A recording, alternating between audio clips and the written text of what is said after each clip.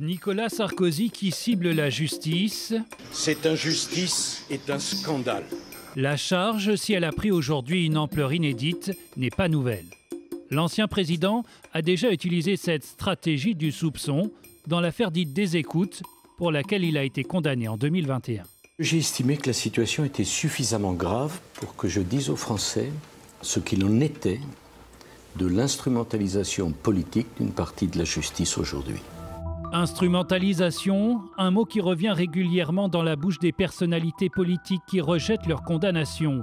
En mars dernier, Marine Le Pen, jugée coupable dans l'affaire des assistants parlementaires, se dit aussi victime. Une volonté qui est celle en réalité de me priver, et même de priver les Français, disons, de la capacité de voter pour qui ils souhaitent.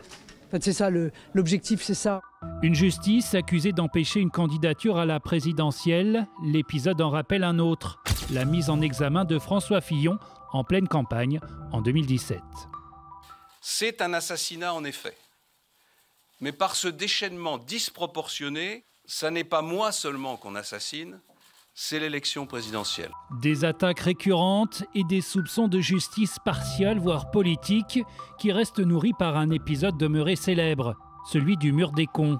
Ainsi qualifiés, des personnalités politiques dont les photos avaient été épinglées dans les locaux parisiens du syndicat de la magistrature, classés à gauche.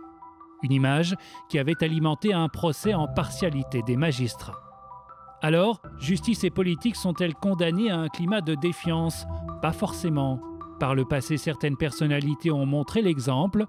Ainsi, Alain Juppé, condamné en 2004 dans l'affaire des emplois fictifs de la mairie de Paris, n'a-t-il jamais publiquement mis en cause l'institution judiciaire ?